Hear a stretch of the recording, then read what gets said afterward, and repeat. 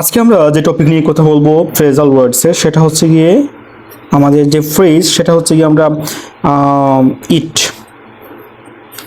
ইটের ব্যবহার। কিসের ব্যবহার? কখন কোন সেন্টেন্সে আমরা ইট বসাবো? বক্স থেকে আমরা ইটটা নিব, বাট কোন সেন্টেন্সে আমরা ইটটা বসাবো সেটা হচ্ছে সেটা আমরা আজকে শিখবো। ইটের ব্যবহার।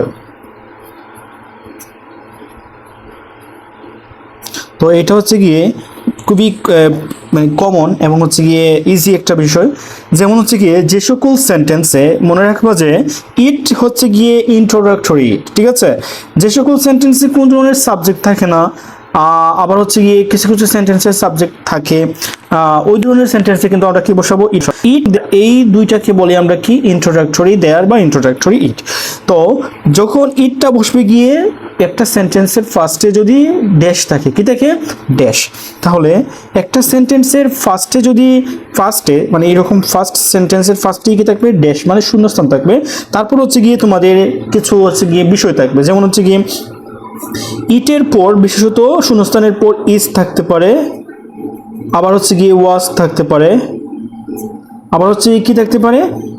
আমরা এখানে দিতে পারি যে হ্যাজ থাকতে পারে, অথবা এস অথবা ইএস যুক্ত ওয়ার্ড।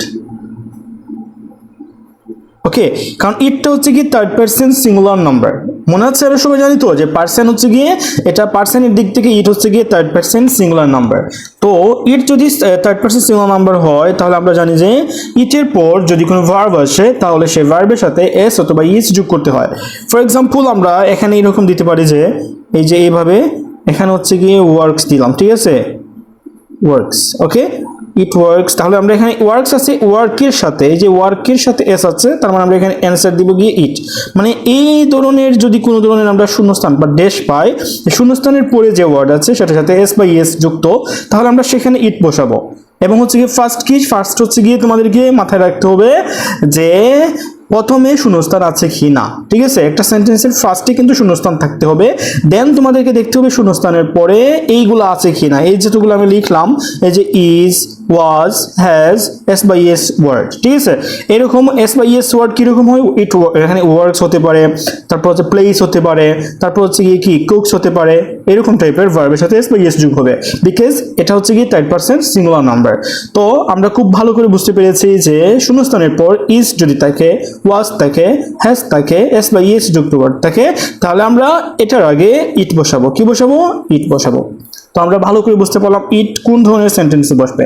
আমরা যখন পুরোটা যখন আমরা ফ্রেজ মানে প্র্যাকটিস করে ফেলবো, দেন আমরা পুরো একটা 10টা সেন্টেন্সের পুরো একটা মডিউল নিয়ে আসবো, একটা মডেল নিয়ে আসবো, সেটা আমরা সলভ করব। তাহলে খুব ভালো করে প্রত্যেকটা ফ্রেজেস ইউজ করা বুঝতে পারবো। তাহলে সি ইউ নেক্সট ক্লাস।